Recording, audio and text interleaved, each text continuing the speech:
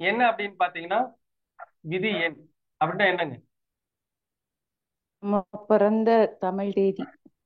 அதாவது ஒரு மனிதனுக்கு இப்ப வந்து பாத்தீங்கன்னா எத்தனையோ எண் கணிதம் வந்துருச்சுங்க இல்லைங்களா? எவ்வளவோ எண் கணிதம் இருக்கு. ஆங்கில எண் கணிதம், ராஜநிலை எண் கணிதம், இந்த மாதிரி எவ்வளவோ எண் கணிதங்கள் வந்து நடைமுறையில வந்திருக்கு.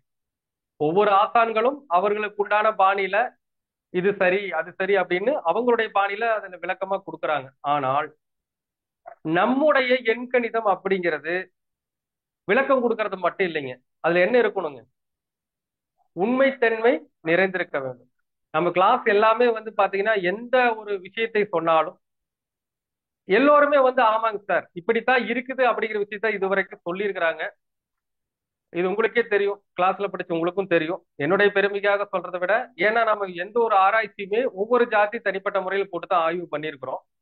அந்த வகையில பாத்தீங்கன்னா இந்த விதியேன் அப்படிங்கிற இந்த விதியேன் ரகசியங்கள் அப்படிங்கிறத நிறைய பேர் வந்து பாக்குறதே இல்லை. ஒரு மனிதன் எவ்வளவோ எண்கணிதம் பாக்குறாங்க. என்னுடைய என்னுடைய ஜாதகத்துக்கு வந்து எந்த எண்ணை யூஸ் பண்ணா நல்லா இருக்கும், இந்த நம்பர் யூஸ் பண்ணா நல்லா இருக்குமா, அப்படிலாம் நிறைய வந்து ஒவ்வொரு இடத்துலயும் போய் பெயர் மாற்றம் இதெல்லாம் செஞ்சுக்கிறாங்க. ஆனால் நீங்க என்னதான் பேர் மாற்றினாலும் நீங்க பிறந்த தேதின்னு ஒண்ணு இருக்குது இல்லைங்களா? அந்த ஆமாங்க தேதியுடைய சார். நிலைதான் உங்கள் வாழ்க்கை முழுவதும் செயல்படுகிறது இல்லைங்களா? நாம எந்த தேதியில பிறந்திருக்கிறோமோ அந்த தேதி தான் உங்களுடைய விதியையே தீர்மானிக்கின்றது அப்படிங்கிறது ஒரு ஜாதகம் ரெண்டு ஜாதகம் இல்லைங்க. ஏகப்பட்ட ஜாதகங்கள். இப்ப கடந்த ரெண்டு பேட்ச் வந்து பாத்தீங்கன்னா இந்த ஆறாவது பேட்ச் அஞ்சாவது பேட்ச்ல எல்லாம் வந்து இந்த மாதிரி விதியின் ரகசியங்களை பத்தி ரொம்ப அதிகமா நான் பேசியிருக்கேன். ஆறாவது பேட்சை விட ஏழாவது பேட்ச்ல வந்து பாத்தீங்கன்னா அவ்வளவு விஷயங்கள் இந்த விதியனுக்காக சொல்லியிருந்தோம். இதுல ஏழாவது பேட்ச்ல படிச்ச மாணவர்களுக்கு எல்லாருக்குமே தெரியும். யாரெல்லாம் ஏழாவது பேட்ச்ல படிச்சவங்க வந்திருக்கீங்க?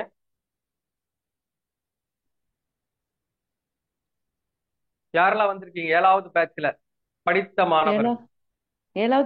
நாங்க எந்த சார் பேட்ச் சார்? ஆறாவது பேட்ச் நாகவீனம். ஆறாவது பேட்ச் ஆறாவது பேட்ச் ம், ஆறாவது பேட்ச்ல ஆறாவது படிச்ச பேட்ச் மாணவர். நாங்க. ம். ம்.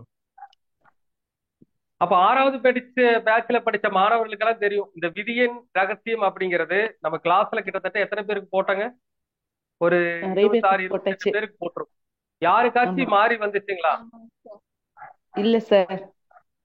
அந்த விதியன் கரெக்டா அப்படிங்கிறது இருந்தது. யாருக்காச்சும் எல்லா எல்லாருக்குமே கரெக்டா இருந்துச்சு இல்லைங்களா?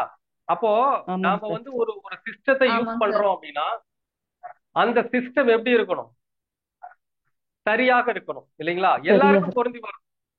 இப்போ ஒருத்தர் ஒரு எண்கணிதத்தை யூஸ் பண்றாங்க, உனக்கு இந்த நம்பர் வச்சா ஒன்னா நம்பர் உனக்கு நல்லா இருக்கும், ரெண்டாம் நம்பர் நல்லா இருக்கும்னு பொதுவா சொல்றதை விட நீங்க பிறந்த விதிக்கிற அந்த அடிப்படையில அந்த எண் நன்றாக இருந்தால் மட்டும்தான் அவனுடைய வாழ்க்கை ஒரு சிறப்பான நிலையை அடையும்.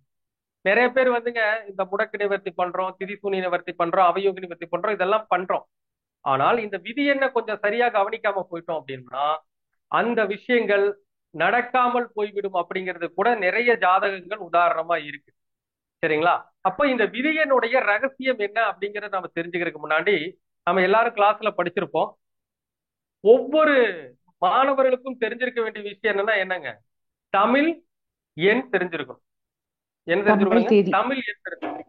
தமிழ் எண் தெரிஞ்சிருக்கணும். நாம 19 ஆங்கில ஒண்ணுனா சூரியன், ரெண்டுனா சந்திரன், மூணுனா குருன்னு ஆங்கில வழியில தெரிஞ்சிருக்கிறத விட எண் கணிதத்தில் எதுல தெரிஞ்சிருக்கணுங்க? தமிழில் தெரிஞ்சிருக்க வேண்டும்.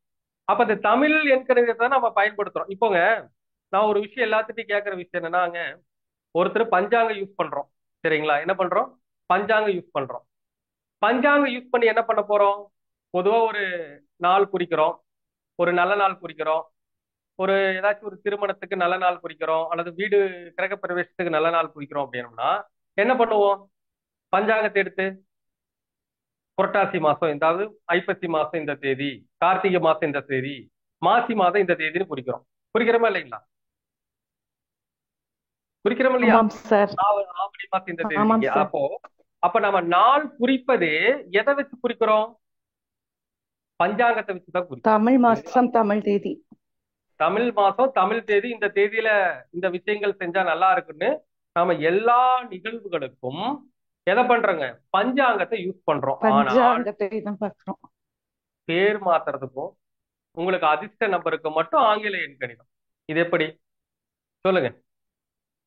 எல்லாத்துக்கும் உங்களுக்கு பஞ்சாங்கம் வருகிறது. வேணும், எல்லாம் ஓகே. தமிழ் வேணும், தமிழ் பஞ்சாங்கம் வேணும். ஆனால் எண்கணிதம் யூஸ் பண்றதுக்கு மட்டும் ஆங்கில வழி எண்கணிதத்தை யூஸ் பண்றது எந்த விதத்தில் நியாயம்? அப்படின்னா நீங்களும் வந்து ஆங்கில வழியை பின்பற்றி இந்த நம்பர் நல்லா இருக்குது, சரிங்களா?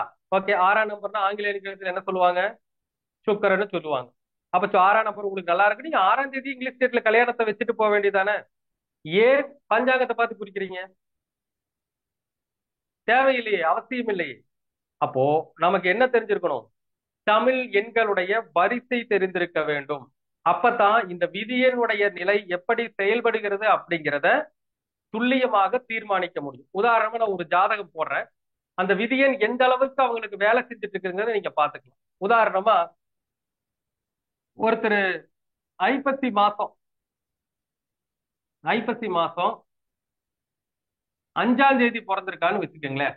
ஒருத்தர் ஐப்பசி மாசம் 5ஆம் தேதி பிறந்திருக்காங்க அப்படின்னா, இந்த ஐப்பசி 5ல பிறந்தவங்களுக்கு அவங்களுடைய விதியை செயல்படுத்துகின்ற கிரகம் யாருன்னு பார்க்கணும். யாருங்க? ஐப்பசி 5ல பிறந்தவங்களுக்கு எந்த கிரகம் அவங்களுடைய வாழ்க்கையை செயல்படுத்தும்? எது செயல்படுத்தும்?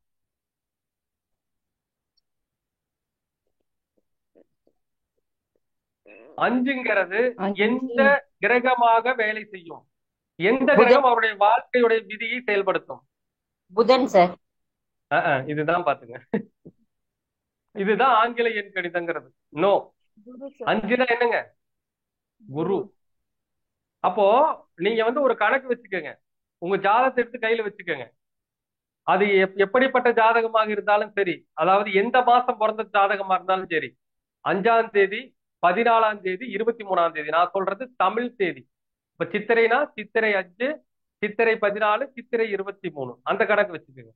அதே மாதிரிதான் வரிசையில வைகாசி 5, வைகாசி 14, வைகாசி 20, அந்த மாதிரி ஒவ்வொரு 5ஆம் தேதி எந்த மாசமா இருந்தாலும் சரிங்க, இந்த 5, 14, 23 தமிழ் தேதியில பிறந்திருக்கவங்களுக்கு எந்த கிரகம் அவர்களுடைய விதியை கொண்டு செல்லும்? குரு. குரு தான் கொண்டு செல்லும். அப்போ அந்த ஜாதகத்தில் குரு எப்படி இருக்கிறாருன்னு பார்க்கணும். இப்ப உதாரணமாக ஒரு லக்கணம் சொல்றேன், கும்ப லக்கணம். கும்ப லக்கணத்துல பிறந்திருக்கிறாரு, அவர் ஐப்பசி 5ஆம் தேதி பிறந்திருக்கு. ஐப்பசினா சூரியன் எங்க இருக்கும்? இங்க இருக்கும், இருக்குமா? அப்போ ஒருத்தர் வந்து ஐப்பசி 5ஆம் தேதி பிறந்திருக்கிறாரு அப்படின்னா, அவருக்கு வந்து அவருடைய விதியை செயல்படுத்துகின்ற கிரகம் யாருன்னா குரு. அப்ப குரு யாருன்னு பாருங்க. குரு யாரு? கும்ப லக்கணத்துக்கு 2ஆம் வீடு குருவுடைய வீடு, அடுத்து 11ஆம் வீடு குருவுடைய வீடு. 2-11க்குரியவர். அப்போ தனாதிபதியாவும் இருக்கிறாரு, லாபாதிபதியாவும் இருக்கிறார். அப்போ ஐப்பசி 5ல பிறந்திருக்காங்க, அவங்களுக்கு 2ஆம் இடத்திற்கும் 11ஆம் வீட்டிற்கும் உண்டான பாவக இயக்கம் தான் விதி எண்ணாக வேலை செய்யும். அப்போ இந்த விதியன் வேலை செய்யுது அப்படின்னு பாத்தீங்கன்னா, இப்ப விதியன் உதாரணமா லக்கணத்துக்கு 8ல போயிருச்சு அப்படின்னா இவங்களுடைய வாழ்க்கை எப்படி இருக்கும்? இதுதான் விதியனுடைய சாராம்சமே. இப்போ 2ஆம் வீடுங்கிறது பணம், தன வரவு, 11ஆம் இடங்கிறது நாம சேமிக்கிற அந்த லாபம். இது ரெண்டுமே 8க்கு போச்சுன்னா அவங்களுடைய வாழ்க்கை எப்படி இருக்கும்? வருமானமும் சேமிப்பும் தடைபடும். தடைபடும். அதாவது வருமானம் வர்றதுல தடை ஏற்படும். அதே மாதிரி ஒருவேளை வருமானமே வந்தாலும் அந்த வர்ற வருமானத்துல சேமிக்க முடியாது. வர்ற வருமானம் எப்படித்தான் லாக் ஆகுதுன்னு தெரியாது. என்ன ஆயிருக்கும்? எல்லாம் லாக் ஆகிட்டே இருக்கும். இது கண்டிப்பா நடக்கும். நடக்குமா நடக்காதுங்களா? எத்தனை ஜாதத்தை எடுத்து போட்டாலும் நடக்கும். ஆனால் ஒரு இடத்துல மட்டும் இது நடக்காது. 2 விஷயங்களை நாம கவனிக்கணும். எந்த இடத்துல இந்த குரு 8ல இருக்கிறவங்களுக்கு நன்மை கிடைக்கும்னா, ஒருவேளை இந்த கன்னி ராசிக்குள்ள குரு உத்திரம் 4ஆம் பாதத்திலேயோ அல்லது அஸ்தம் 2ஆம் பாதத்திலேயோ இருந்தா அவங்களுடைய வாழ்க்கை சூப்பரா இருக்கும். ஏன்? என்ன காரணம்? புஷ்கர நவாம்சம். புஷ்கர நவாம்சத்துல இந்த இடத்துல உத்திர 4ஆம் பாதமும் அஸ்த நட்சத்திரம் 2ஆம் பாதமும் புஷ்கர நவாம்ச பாதம் இல்லைங்களா? அப்போ இந்த இடத்துல புஷ்கர நவாம்சத்துல அந்த குரு இருந்தார் அப்படின்னா நற்பலன் கிடைக்கும். இன்னொருத்தருக்கு நற்பலன் கிடைக்கும். யாருக்கு அப்படின்னா, குரு இந்த இடத்துல இருக்கும்போது இன்னொருத்தர் யாருக்கு நற்பலன் கிடைக்கும்? யாருக்கு கிடைக்கும்?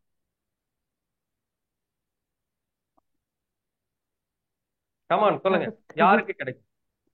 குரு நட்சத்திரத்துல பிறந்தவங்க. குரு பகவான் ஜாதகத்தில் அவயோகியாக இருந்தால் அவர்களுக்கு நன்மை கிடைக்கும். அவ்வளவுதான் Yes. ரூல். எப்படி இருக்குங்க? இந்த ஜாதகத்துல அவங்க பிறந்த நாம யோகத்திற்கு இந்த குரு பகவான் அவயோகியாக இருந்தால் அவர்களுக்கு இந்த விதியன் சிறப்பாக செயல்படும். ஏன்னா அவயோகி கெட வேண்டும் என்பதுதான் விதியே. அப்படி இருக்கும்போது புஷ்கர நவாம்சத்திலோ அல்லது அவயோகியாக இருந்து கெட்டிருந்தாலோ அவர்களுக்கு அந்த விதியானது மிக சிறப்பாக செயல்படும். செயல்படுமா?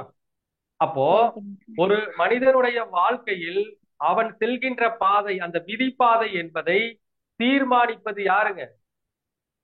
அந்த பிறந்த தேதியினுடைய நாயகன் தான். நாம பாட்டுக்கு எந்தெந்த எண்கணிதமோ பயன்படுத்துறோம். ஆனால் துல்லியமானது 1% கூட மாறாத எண்கணிதம் நம்முடைய இந்த தமிழ் வழி எண்கணிதம், தமிழ் தேதி எண்கணிதம்.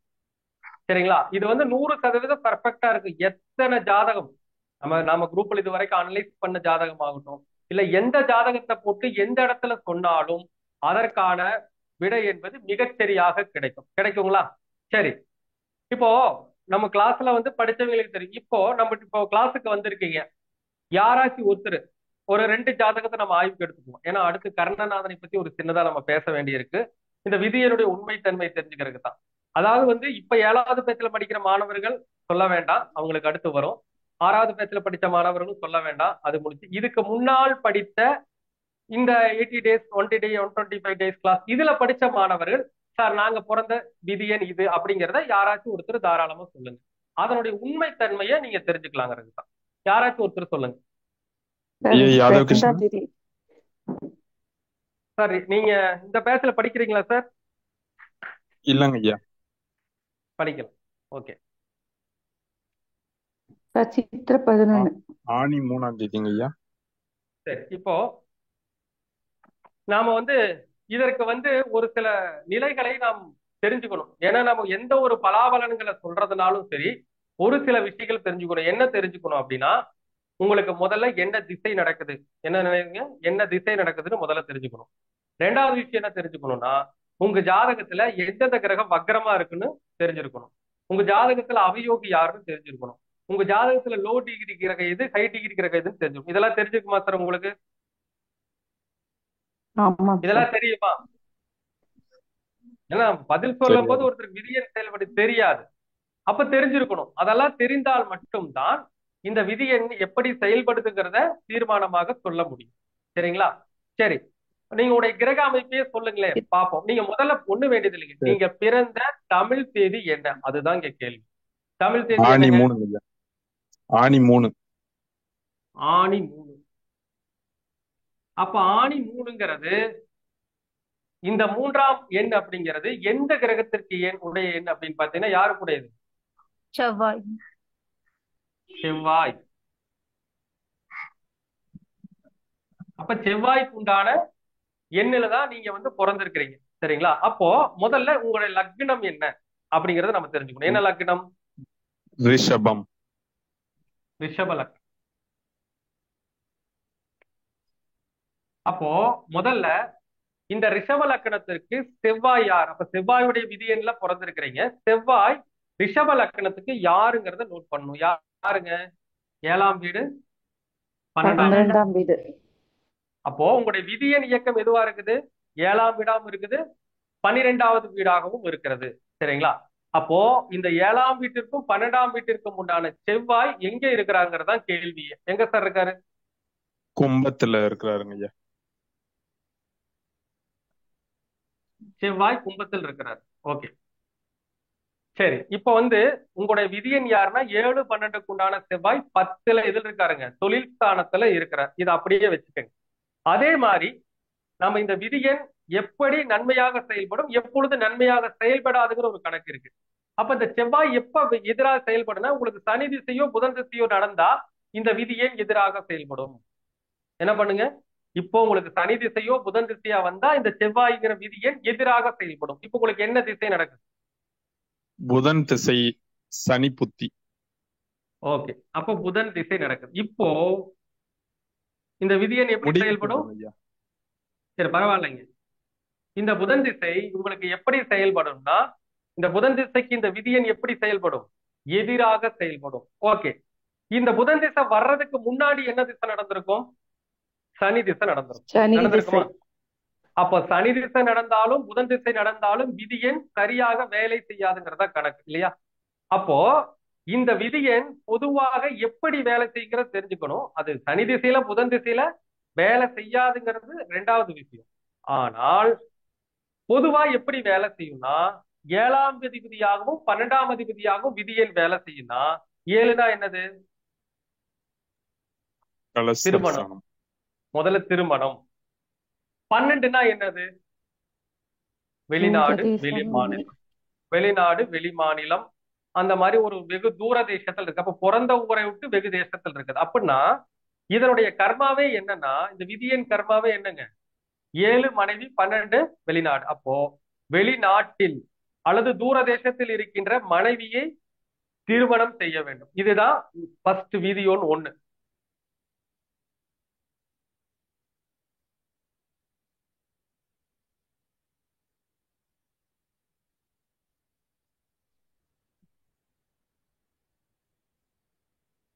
திருமணம் நடந்த பிறகு என்ன பண்ணணும்?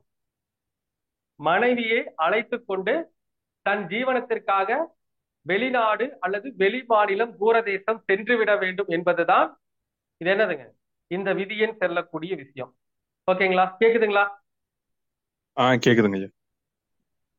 ஓகே. அப்ப நாம என்ன சொல்றோம்? 7ஆம் இடம் 12ஆம் இடம் இதை கனெக்ட் பண்ணி அந்த அந்த 7ஆம் இடம் திருமணம் செய்த பின்பு மனைவியை அழைத்துக் கொண்டு வெளிமாநிலம் அல்லது வெளிநாடு செல்ல வேண்டும் என்பதுதான் விதி எண் 1. ஆனால் இந்த மாதிரி ஜாதகர்களுக்கு நாம் என்ன பண்ணணுங்க? ஜாதக ஆய்வு செய்யும் போது இந்த செவ்வாய் பகவான் யாருக்கெல்லாம் எதிராக வேலை செய்வார் அப்படிங்கிறத பார்க்கணும். யாருக்கெல்லாம் எதிராக வேலை செய்வாரு?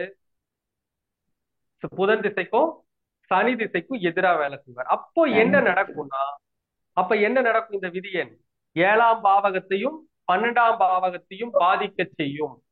அப்ப 7ல என்னது? திருமண வாழ்க்கை. 12ஆம் இடங்கிறது ஜாதகர் அனுபவிக்கின்ற சுக விஷயங்கள். அப்போ இந்த விதி எண் சனி திசை புதன் திசையில 7ஆம் இடத்தில் இருக்கின்ற விஷயங்களையும் 12ஆம் இடத்தில் இருக்கின்ற விஷயங்களையும் பாதிப்புக்குள்ளாக செய்யும் என்பதுதான் இந்த விதியன் சொல்லக்கூடிய விஷயம். சரிங்களா சார்? நீங்க தான் சொல்லணும் இந்த 7ஆம் இடத்துல என்ன பாதிப்பு. 7ஆம் இடம்னா மனைவி கலத்திரம் அப்படின்னு எடுத்துக்கோங்க. 7ஆம் இடம்னா நண்பர்களும் எடுத்துக்கோங்க. 12ஆம் இடங்கிறது உங்களுடைய நீங்க அனுபவிக்க வேண்டிய சுக விஷயம். சொல்லுவோம் இல்லையா, என்னப்பா நல்லா வேலை பாக்குற, நிம்மதியா வேலை பார்க்க முடியல, ஒரு தூங்குற நிம்மதியா தூங்க முடியல, இந்த மாதிரி நாம ஒவ்வொரு இடத்துலயும் அனுபவிக்கிற சுக விஷயங்கள் எல்லாம் 12ஆம் இடம். அப்போ உங்களுக்கு கலத்திரத்தால் பிரச்சனை, இதால் பிரச்சனை வந்திருக்கும் அப்படிங்கிறது இந்த விதியின் சொல்லக்கூடிய விஷயம். இது உங்களுக்கு என்ன நடந்ததுன்னு சொல்லுங்க. உண்மைதாங்க ஐயா, ரெண்டுமே நடந்ததுங்க ஐயா. ரெண்டுமே நடந்ததுங்களா? நான் உங்களுக்கு இதுக்கு மேல பார்த்தது இல்ல, இதுக்கு மேல விதியின் கிளாஸ் எடுத்தது இல்ல. சரிங்களா? ஆனால் இது உண்மைங்கிறது உங்களுக்கே தெரியும். சரிங்களா? அப்போ இப்ப இந்த விதியன் சார் இப்படி நடக்குது சார், என்ன சார் பண்றது? அடுத்த கேள்வி என்ன? மக்களுடைய அடுத்த கேள்வி என்ன? எப்படி தப்பிக்கிறது? பரிகாரம். ஐயா இன்னும் 2 மாசத்துல முடிய போகுது, இது சரியாயிடுமாங்க ஐயா? ஆமா, புதன் திசை முடிஞ்சிருச்சு அப்படின்னா உங்களுடைய விதி எண் சிறப்பாக ஒண்ணு இல்லைங்க சார். இப்போ உங்களுக்கு இந்த திசை முடிய போகுது இல்லையா, இந்த புதன் திசையுடைய கேது திசையுடைய பலாபலன்கள் இப்பவே ஸ்டார்ட் ஆக ஆரம்பிக்கும். அப்படின்னா என்னன்னா, இந்த பிரச்சனையில இருந்து நீங்க மீண்டு வந்துருவீங்க. ஏன்னா விதியன் எதிராக வேலை செய்யக்கூடிய விதியன் உங்களை ரிலீஸ் பண்ண போகுது. ஆனா அதுலயும் ஒரு கணக்கு வச்சுக்கோ. அடுத்த திசை என்ன திசை? கேது திசை. கேது என்ன சாரம்? பூரம் சுக்கிரன் சாரம். பிரச்சனை கிடையாது. அப்போ நீங்க என்ன பண்ண போறீங்க? உங்களுடைய ஜாதகத்தில் உங்கள் விதியன் எதிராக செயல்பட்டிருக்கின்ற விதியனுடைய தோஷத்திலிருந்து தப்பிக்க போகிறீர்கள். இனிமேல் என்ன நடக்கும்னா, 7ஆம் இடத்தின் 12ஆம் இடத்தின் மூலமாக வரையக்கூடிய லாபங்கள் வர தொடங்கிறோம். ஓகேங்களா? அது கண்டிப்பா நல்லது நடக்கும். அப்போ இந்த திசையில விதியன் எப்படி வேலை செஞ்சிருக்குன்னா, இது ரெண்டையும் பாதிச்சிருக்கணும். நீங்களே சொல்லிட்டீங்க பாதிச்சிருக்குன்ட்டு இல்லையா? சரி, ஒருவேளை இதற்கு என்ன பரிகாரம் அப்படின்னா, விதியன் எதிராக வேலை செய்தால் இதை ரெண்டையும் தியாகம் பண்ணிடணும். இதையும் தியாகம் பண்ணிடணும், இதையும் தியாகம். அப்ப 7ஆம் இடம் என்னங்க? மனைவி. மனைவி தியாகம் பண்ற என்ன பண்ணணும்? ஒண்ணு டிவோர்ஸ் ஆகணும், அப்படி இல்லைன்னா பிரிந்து வாழணும். பிரிந்து இருக்கணும். இப்ப பிரிஞ்சு இருக்கிறீங்களா, டிவோர்ஸ் ஆயிடுச்சுங்களா? டிவோர்ஸ் ஆகி மறுபடியும் கோர்ட்ல உத்தரவு கொடுத்து சேர்ந்தாங்க ஐயா. ம் இப்ப சரிங்க. கொஞ்சம் பிரிஞ்சுதாங்க ஐயா இருக்கிறோம். ம் அதான் இப்ப இந்த திசையில அந்த விதியன் எப்படி வேலை செஞ்சுட்டு இருக்கோம்? சற்று எதிராக தான் வேலை செஞ்சுட்டு இருக்கு. அப்ப நீங்க ஆமா. மறுபடியும் நீங்க இந்த திசை முடிஞ்சதுக்கு அப்புறம் மீண்டும் உங்களுக்கு என்ன வரப்போகுதுங்க? அடுத்த ஆமா. ஒரு மாற்றம் வரப்போகிறது. மறுபடியும் மனைவியோட சேரக்கூடிய சூழ்நிலை தான் சேர்ந்துக்கலாம். ஆனா திருமணம் செஞ்சுட்டு பிறந்த ஊர் இல்லாம வெளியூர்ல போய் வாழணும். இதுதான் விதி. சரிங்களா? அப்போ நீங்க சேர நினைச்சா ஐயா இப்ப சேர்ந்து வாழலாம், இல்லைன்னா பிரிஞ்சு டிவோர்ஸ் ஆயிருச்சு அப்படின்னா டிவோர்ஸ் பண்ணிட்டு வேற திருமணம் பார்க்கலாம். இதுதான் ரெண்டே விஷயம் தான்.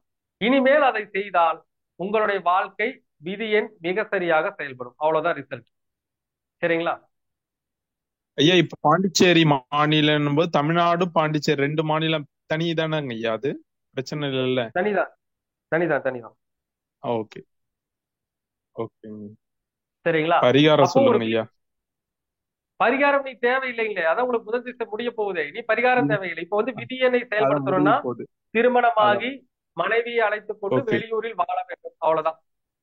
இந்த திசை முடிஞ்சுன்னா அடுத்த அந்த கான்செப்ட ஓகே. பண்ணீங்கன்னாவே உங்க வாழ்க்கையுடைய பாண்டிச்சேரி விதி மாநிலம். மிக சரியான பாதையில் போக ஆரம்பிச்சிடும்.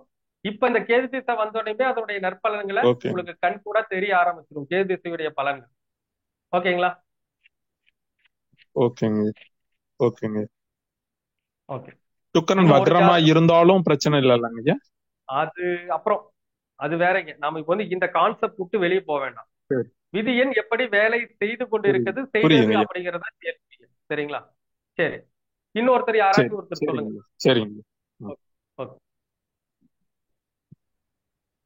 இன்னொருத்தர் யாராச்சும் பிறந்த விதியனை தாராளமாக சொல்லலாம். சார் சித்திரை சித்திரை 11. 23 சார். சித்திரை 23 சார். யாருங்க? மாசானமுத்து திருநெல்வேலி சார். வணக்கங்க மேடம். நல்லா இருக்கீங்களா சார்? நல்லா இருக்கு மேடம். நல்லா இருக்கு. லைட்டா ஜாயின் பண்ணாதான் சொல்ல முடியல. வணக்கம் சொல்ல முடியல. சரி பரவாயில்ல பரவாயில்ல. சரி இப்ப சித்திரை 23ல பிறந்திருக்காங்க. அப்ப இவங்களுக்கு விதியன் எத்தனை? 5 சார். 5 தான் விதியன். அப்போ உங்களுடைய ஜாதகத்தில் உங்களுக்கு உங்களுடைய விதியை நகர்த்தி செல்கின்ற கிரகம் யாருன்னா குருதான். ஓகேங்களா? அப்ப ஜாதகத்தில் குரு எப்படிப்பட்டவர், எந்த நிலைமையில் இருக்கிறார் என்பதை பொறுத்துதான் உங்களுக்கு பலாபலனே கிடைக்கும். நீங்க பிறந்த லக்னம் என்ன? மிதுனம். மிதுன லக்னம். குரு எங்க இருக்காரு உங்களுக்கு? லக்னத்துல சார். லக்னத்தில் இருக்கிறார். இவர் நல்லா இருக்கிறாரா, வக்ரம் பெற்றிருக்கிறாரா? இதெல்லாம் கேள்விகள். நல்லா இருக்காரா, வக்ரமா இருக்காரா? வக்ரம்லாம் இல்ல சார். ஓகே. அப்ப குரு பகவான் என்ன டிகிரி அளவில் இருக்கார், எந்த பாதத்தில் அமர்ந்திருக்கார்? குரு திருவாதிரை சார். திருவாதிரை. சரி, இந்த குரு யாரோடாச்சும் பரிவர்த்தனை பெற்றிருக்காரா? அதையும் சொல்லிடுங்க. குருவும் பரிவர்த்தனை சார். அதுவும் சொல்லணும். அப்ப எங்க இருக்காருங்க? இங்கயா இங்கயா? அங்க மீனத்துல சார். சரி. அப்ப இந்த 2 கிரகங்களில் ஏதேனும் ஒரு கிரகம் வக்ரம் பெற்றிருக்கிறதா? இல்ல சார். இல்ல. அப்போ உங்க ஜாதகத்துல குருவை எங்க கொண்டு போய் எழுதணும்? மீனத்துக்கு. மீனத்துக்குள்ளதான். அப்போ ஜாதகத்தில் விதியன் சொல்லக்கூடிய விஷயம் என்னது? 7-10. 7-10. அப்போ உங்களோட விதியன் யாரா செயல்படுது? 7-10 செயல்படுகிறது. அப்போ இந்த குரு என்ன நட்சத்திர பாதத்தில் இருக்கார்? புதன் என்ற நட்சத்திரத்தை குரு என்ற நட்சத்திர பாதமாக எடுத்துக்கொள்ள வேண்டும். ரேவதி 4. ஓகே. இப்போ உங்களுடைய விதியன் யாரா வேலை செய்து 7-10 வேலை செய்கிறது. அப்ப உங்க என்ன வேலை செய்து 7-10 வேலை செய்யும் போது 7ஆம் இடம்னா என்னது? திருமண வாழ்க்கை. 7ஆம் இடங்கிறது நண்பர்கள், சமுதாயத்தில் கிடைக்கக்கூடிய அந்தஸ்து. 10ஆம் இடங்கிறது தொழில். ஓகேங்களா? அப்போ 7ஆம் இடம் திருமணம், சமுதாயத்தில் கிடைக்கக்கூடிய அந்தஸ்து, உங்களுடைய நண்பர்கள், 10ஆம் இடம் தொழில். அப்ப இந்த 4 விஷயங்கள் இந்த கர்மாவை சுட்டி, இந்த விதியனுடைய கர்மாவை சுட்டி காட்டுது. அப்போ இது நல்லதா அப்படின்னு பாத்தீங்கன்னா இந்த 4 விஷயங்கள் சொன்னோம். அதுதான் உங்களுடைய விதியனா இருக்கு. இது நல்லதான்னு பார்த்தோம்னா 10ஆம் இடத்துல குரு இருக்கிறது இந்த லக்கணத்துக்கு நல்லதா அப்படிங்கறத பார்க்கணும். நல்லதா? இல்ல இல்ல சார். கேந்திராதிபத்திய தோஷம். கேந்திராதிபத்திய தோஷம். அப்போ இவர்கள் என்ன இந்த விதியில் சொல்லக்கூடிய விஷயம் என்னன்னா, சமுதாயத்தால் ஏமாற்றப்படுவது, சமுதாயம் இவர்களை ஏமாற்றுவது. ஒரு சில பேருக்கு அப்படி யாருக்கையாச்சும் சமுதாயத்தை நம்பி ஏமாறுவாங்க, இவங்க சொல்ற விதியன். அடுத்து நண்பர்களால் ஏமாறுவாங்க, இது ஒரு விதியன். அடுத்து சில பேருக்கு திருமண வாழ்க்கை பாதிப்பு, மூணாவது. நாலாவது, தொழில் செய்து நஷ்டம் அடைவார்கள். இதுதான் இவர்கள் பிறந்த விதியினுடைய வெளிப்பாடு, இல்லைங்களா? Okay sir. சரி, அப்ப இந்த விதி ஏதேனும் ஒரு வகையில கண்டிப்பாக உங்களுக்கு செயல்பட்டிருக்கும் அப்படிங்கறதா விதியின் ரகசியம். நீங்க சொல்லுங்க, நீங்க சொன்னா தானே தெரியும் என்ன நடந்துச்சுன்னு. தொழில் தான் சார், மத்தபடி வேற ஒண்ணும் பாதிப்பு இல்ல சார். ஆனா இந்த 10ஆம் இடத்துல போயிடுச்சு இல்லையா, தொழில் ஆமா செய்து நஷ்டமடையணும் அப்படிங்கிற விஷயம். அதே மாதிரி ஆமா. சமுதாயம் சொல்றதுங்க ஒண்ணு இல்லைங்க. நீங்க சமுதாயத்துக்கு என்ன பண்ணுவீங்க, நீங்க உண்மையா சமுதாயத்துல இருக்க விட உண்மையா நேர்மையா பழகுவீங்க. ஆனா சமுதாயம் உங்களுக்கு ரிப்பீட் தருதா? அது கரெக்ட் சார், அது கிடையாது சார். கிடையாது இல்லையா? அப்ப கண்டிப்பா சார். சமுதாயம் நம்மளை பழி வாங்குகிறது அப்படிங்கிறதா. அப்ப 7ஆம் இடத்தில் இருக்கின்ற ஒரு காரகத்துவம், நீங்கள் பிறந்த விதியின்படி சமுதாயம் உங்களுக்கு அங்கீகாரத்தை தராது. சமுதாயத்தில் இருக்கிறவங்க என்னவாங்க, உங்களுக்கு நன்மை செய்ய மாட்டார்கள். இல்லைங்க, நீங்க விழுந்து விழுந்து வேலை செய்தாலும் உங்களுக்கு அப்படின்னு ஒண்ணு வரும்போது எல்லாம் ஓடி போயிடுவாங்க. சரிங்களா? அதுதான் இந்த 7ஆம் இடத்துடைய விதி. எண் 10ஆம் இடங்கிறது தொழில் செய்து நஷ்டமடைய வேண்டும், தொழில் பாதிக்கப்பட வேண்டும் சொல்றது விதி. இது நடந்திருக்குது தானே உங்களுக்கு? எஸ் சார், அதாவது சமுதாயத்துல நம்ம எவ்வளவு பண்ணாலும் சரி அதுக்கு ஒரு இதே இல்லாம தான் இருக்குது சார். அதுதான் விதி. சரிங்களா? அடுத்து 10ஆம் இடம் தொழில். இது வரைக்கும் தொழில் பண்ணி நஷ்டமாயி கைவிட்டது அந்த மாதிரி எதை பண்ணீங்களா? பண்ணேன் சார், ஆனா பெரிய அளவுல பண்றதுக்கு முன்னாடி நானே அதை விட்டுட்டேன் சார். மொத்தத்துல அவ்வளவுதான், தொழில் பண்ண முடியாது. சரிங்களா? ஆமா. அப்ப இந்த விதியன் அப்படிங்கிறது உங்க வாழ்க்கையில வேலை செஞ்சுக்கிட்டே தான் இருக்குது, அதை யாராலையும் மாத்த முடியாது. ஆனா நீங்க தொழில் பண்ண ரொம்ப ஆசைப்படுவீங்க, அதுதானே விதி. விதி என்ன பண்ணும், நம்ம தொழில் பண்ணி முன்னேறணும், உங்களை கொண்டுட்டு போகும். ஆனா ஜெயிக்க முடியாதுங்கிறது தான் இந்த விதியை சொல்லக்கூடிய ஒரு ரகசியம். ஓகேங்களா? அப்போ நாம என்ன பண்ணணும்? சரி, நம்ம விதி என்ன சரி பரவாயில்ல, தொழில் பண்ண வேண்டாம், சமுதாயத்தில் இருக்கவங்களுக்கு உதவி பண்ண வேண்டாம், அதெல்லாம் விட்டுருங்க. ஆனால் நாம என்ன பண்ணணும் அப்படின்னு பாத்தீங்கன்னா, இதற்கு வாழ்வியல் பரிகாரங்கள் செஞ்சீங்கன்னா விதியுடைய அந்த சுமூகமான விஷயம் உங்களுக்கு போக ஆரம்பிக்கும். அப்ப என்ன அந்த வாழ்வியல் பரிகாரம் பண்றது அப்படின்னா, 7ஆம் அதிபதி 10ல் இருக்கிறார். என்ன வாழ்வியல் பரிகாரம் பண்ணுவோம்? உங்களோட விதியை ரொம்ப சரியா இயக்கணும். 7ஆம் இடம் என்பது சமுதாயம். 10ஆம் இடம் என்பது கர்மம். அது பாத்தீங்கன்னா காலபுருஷனுக்கு இது எத்தனாவது வீடுனா 12வது வீடு. அப்போ 7, 10, 12னாவே வெட்டியான்கள்.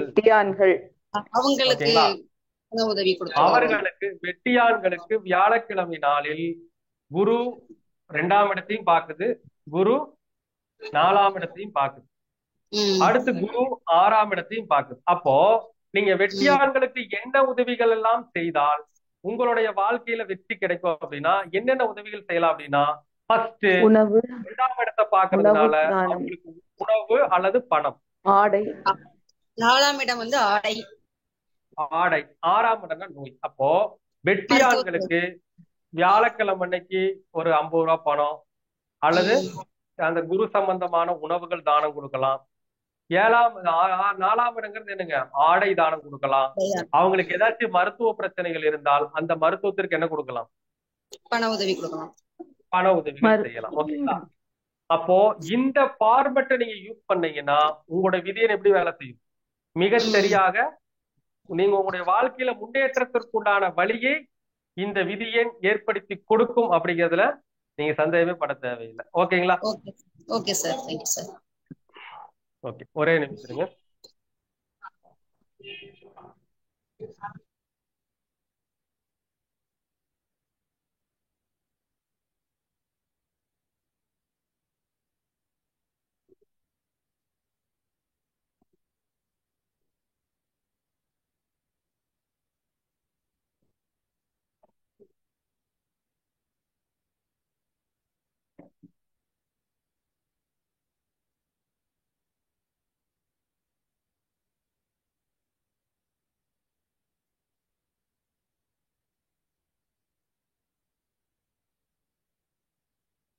சரிங்க, அப்போ ஒரு மனிதனுடைய வாழ்க்கையில விதியன் என்பது சரியா வேலை செய்யுதா இல்லையா? Yes sir. வேலை செஞ்சுட்டு இருக்காருங்களா? வேலை ஆமா செய்ய சார். எந்த இடத்துலயும் வேலை செய்யாமல் போகாது. அப்போ ஒரு மனிதன் முதலில் மாற்ற வேண்டியது எதைங்க? நீங்க பிறந்த தேதியுடைய பலாபலன்களை முதல்ல ஒருவர் ஆணித்தரமாக மாற்றணும். பிறந்த தேதியுடைய அந்த விதி பலன்களை ஒருவர் மாற்றாமல் எந்த ஒரு விஷயத்தையும் வெற்றி பெற செய்ய முடியாது அப்படிங்கிறது விதியருடைய ஒரு பரம ரகசியம். நாம பாட்டுக்கு அந்த எண்கணிதம் யூஸ் பண்றோம், இந்த எண்கணிதம் யூஸ் பண்ற, எதை வேணாலும் யூஸ் பண்ணுங்க. இதுல கொடுக்குற எண்கணிதம் 100% துல்லியமா இருக்கும். எத்தனை பேருக்கு போட்டு பார்த்தாலும் கரெக்டா அக்யூரேட்டா வரும். அதுல எந்த மாற்றமும் இருக்காது. சரிங்களா? அதனால என்ன பண்ணுங்க, விதியினுடைய ரகசியம் அறிந்து அந்த விதியினுடைய பாதையில் நாம போய்கிட்டு இருந்தாலே போதும். லைஃப்ல அவங்களுக்கு தேவையான விஷயங்கள் தானாக வந்தடையும். சரிங்களா? நீங்க முடக்கு நிவர்த்தி பண்ணலாம், திதிசூலி நிவர்த்தி பண்ணலாம், அவயோகி நிவர்த்தி பண்ணலாம், கர்ணநாதனை இயக்கலாம், யோகி இயக்கலாம், காசிக்கு போலாம், என்ன வேணாலும் பண்ணலாம். அதெல்லாம் ஒரு தோஷத்தில் இருக்கின்ற ஒரு வகை. ஆனால் இந்த விதியன் அப்படிங்கிற ஒரு மனிதனுடைய நாடி துடிப்பு போல அவருடைய வாழ்க்கையில வேலை செஞ்சு அவங்களை ஈக்கிட்டு இருக்குது அப்படிங்கிறதையும் யாராலையும் மறுக்கவே முடியாது. சரிங்களா? சரி, இது ஒரு 2 ஜாதகம் போட்டிருக்கேன். அடுத்து நம்ம சப்ஜெக்ட்ல கரணம் கருணாநாதன். என்ன சொல்லியிருக்கேன்? கரணம். சார் மற்ற கிரகத்துக்குள்ள தமிழ் எண்ணையும் கொஞ்சம் சொல்லிருங்களேன் சார். அது கிளாஸ்லயே இருக்குதுங்க மேடம். நீங்களே கிளாஸ் படிச்சிருக்கீங்க, உங்களுக்கே தெரியும். ஆனா அதை கொடுக்குற நீண்ட விளக்கம் தேவைப்படும், டைம் இல்ல. நாம அடுத்து கரணத்துக்கு போயிடலாம். ஓகேங்களா? Okay sir. இப்போ ஓகே சார். கரணம் அப்படிங்கிறது நமக்கு நான் எல்லாருக்குமே சொல்லியிருக்கிறேன். வாழ்க்கையில ஒரு மனிதன் எவ்வளவு பெரிய கஷ்டமான சூழ்நிலையிலும் அவனை காத்து நிற்கின்ற ஒரே விஷயம் என்னதுங்க? கரணம் மட்டும்தான். கருணாநாதன். அதாவதுங்க, ஒரு ஜாதகருக்கு காசி ஜாதக அமைப்பா இருக்கும், முடக்கா இருக்கும், இந்த மாதிரி நிறைய விஷயங்கள், திதிசூனிய பாதிப்பு எல்லாமே இருக்கும். ஆனால் ஒருவன் கர்ணநாதனுடைய பிடியில் அந்த மனிதன் இயங்குகின்றான் என்றால் அவனுக்கு வாழ்நாள் முழுவதும் வெற்றி என்பது கிடைச்சுக்கிட்டே இருக்கும். என்ன, இந்த காசி ஜாதக அமைப்பு இருக்கிறவங்க, முடக்க அமைப்பு இருக்கிறவங்க எல்லாம் அது பாத்தீங்கன்னா கர்ணநாதன் இயக்கத்தில் இருக்கும்போது, அதாவது ஒரு 1 கோடி ரூபாய் சம்பாதிக்கிற இடத்துல ஒரு 10 லட்சம் ரூபாய் தான் சம்பாதிப்பாங்க, அவ்வளவுதான். ஆனா இந்த முடக்கு நிவர்த்தி, காசி யோக ஜாதகம், இந்த காசி அமைப்பு இருக்கிறவங்க எல்லாம் அதை நிவர்த்தி பண்ணிட்டாங்கன்னா அந்த கர்ணநாதனுடைய ரிசல்ட் 100% மிக கணக்கச்சிதமா புரிந்து போகும். இன்னைக்கு ஒரு ஜாதகம் நான் பார்த்த ஜாதகம், இன்னைக்கு காலையில பார்த்த ஜாதகம் உங்களுக்கு சொல்றேன். இது எந்த அளவுக்கு துல்லியமாகவும் சிறப்பா இருக்கு அப்படிங்கறத நீங்க தெரிஞ்சுக்கோங்க. ஜாதகத்துல ரிஷப லக்னத்துல அவர் பிறந்திருந்தார். இது இன்று காலையில் பார்த்த ஜாதகம். ஏன்னா நம்ம ஒவ்வொரு ஆய்வுகள் சொல்லும் பொழுதும் அந்த ஜாதகத்துல அப்போதைக்கு நடந்த நிகழ்வு எடுத்தோம்னா டக்குனு உங்களுக்கு புரியும். அவர் பிறந்த கரணம், அவர் பிறந்தது ரிஷப லக்னம். அவர் பிறந்த கரணம் கௌளவ கரணம். அப்போ கௌளவ கரணத்துல பிறந்தவங்களுக்கு யாரு அதிபதி? கௌளவ கர்ணத்தில் பிறந்தவர்களுக்கு யார் அதிபதி? கேக்குதுங்களா? சனி பகவான் சார். சனி பகவான் இல்லையா? கௌளவ கர்ணத்துல பிறந்தவங்களுக்கு சனி பகவான் தான் அதிபதி. இப்போ இந்த ஜாதகர் எங்க வீட்டுக்கு பக்கத்துல இருக்கக்கூடிய ஒரு ஜாதகம் தான். அதாவது அவரு சாமி கோயிலுக்குலாம் அதிகமா போக மாட்டார், சாமி எல்லாம் பெருசா கும்பிட மாட்டார். கொஞ்சம் பக்கத்துல இருக்கிறவங்க எல்லாம் பார்த்து என்ன சொல்லுவார் அப்படின்னா, இந்த மாதிரி நீங்க என்ன சாமி கோயிலுக்கு போறீங்க, நான் சாமி கோயிலுக்கே போறதில்லை, எனக்கு கடவுள் நிறைய கொடுத்துட்டு இருக்காரு அப்படின்னு சொல்லி சொல்லியிருக்கிறார். நாம அந்த ஜாதகத்தை ஆய்வுக்கு பண்ணும்போது என்ன விஷயம் நமக்கு கிடைச்சிச்சுன்னா, இவர் பிறந்த கௌளவ கர்ணத்துக்கு யார் அதிபதினு சொன்னோம்? சனி பகவான் தான் அதிபதினு சொன்னோம்.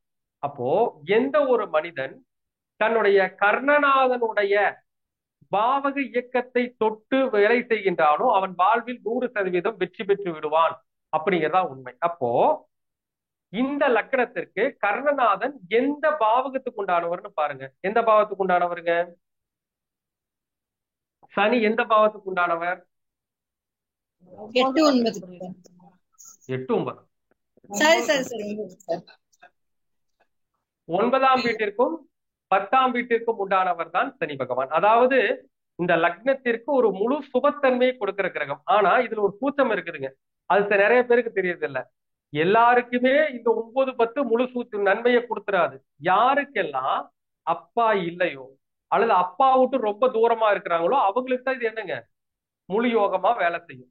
இந்த ஜாதகர் வந்து பாத்தீங்கன்னா அப்பா இருக்கிற வரைக்கும் ஓரளவு தான், அதாவது ஒண்ணும் பெருசா இல்லைங்க, ஏதோ பொழப்பு ஓடுது அப்படின்னு பொழப்பு நடத்திட்டு இருந்தவர். இவருக்கு இந்த கௌரவ கர்ணத்தின் அதிபதியாகிய சனி பகவான் லக்னத்துக்கு 4ஆம் இடத்துல உத்திரம் நட்சத்திரம் 1ஆம் பாதத்துல இருக்கு. அப்போ சனி பகவான் எப்படி இருக்காருங்க? இந்த லக்னத்திற்கு 9 10 உண்டான சனி பகவான் எப்படி இருக்காரு? 4ஆம் புஷ்கர நவாம்ச பாதத்துல நல்லா இருக்கு. புஷ்கர நவாம்ச பாதத்தில் மிக சிறப்பாக இருக்கின்றார். அப்போ 9 10 உண்டான சனி பகவான் புஷ்கர நவாம்சத்தில் இருக்காரு. இவங்க அப்பா இறந்த பின்பு, அவங்க அப்பா தவறின பின்பு பாத்தீங்கன்னா இவரு என்ன செஞ்சார் அப்படின்னா ஒண்ணும் இல்ல, சாதாரணமா போயிட்டு இருந்தவரு தொழில் செய்ய தொடங்கி விட்டார். 10ஆம் இடம் என்னங்க? தொழில். அப்ப அவர் என்ன பண்ணிட்டாரு? தொழில் செய்ய தொடங்கிட்டார். அது என்ன தொழில் செஞ்சிருக்காருன்னு பாத்தீங்கன்னா சனிக்குண்டான இரும்பு தொழில். அப்ப அவருடைய வாழ்க்கையில யோகம் எப்படி அவருக்கு அடிச்சிருக்குதுன்னா, சாதாரணமா போயிட்டு இருந்தவர் இந்த கடைசி ஒரு 7 8 வருஷத்துக்குள்ளாக அவர் அப்பாவும் தவறிட்டாரு. அதுக்கேற்ற மாதிரி அவர் சொந்த தொழில், கர்ணாவுடைய பாவகம் என்னதுங்க? சனியுடைய பாவகம் 10ஆம் பாவகம். 10ஆம் பாவம்னா என்னங்க? சொந்த தொழில். அது சொந்த தொழிலேயே சனி பகவானுக்கு உண்டான இரும்பு வியாபாரத்தை, இரும்பு தொழிலை பண்ண ஆரம்பிச்சோன்னே இன்னைக்கு வந்து பாத்தீங்கன்னா நல்ல சம்பாத்தியம், நல்ல வண்டி வாகனம், நல்ல வீடு அப்படிங்கிற எல்லா வசதிகளையும் பெற்று வாழ்ந்துட்டு இருக்கார். அப்ப இந்த ஜாதகர் எந்த ஒரு பெரிய பரிகாரமும் பண்ணல. 4 சனி இருந்தா காசி ஜாதகம் தான். ஆனாலும் அவர் ஜெயிச்சிருக்காரா இல்லையா? சொல்லுங்க.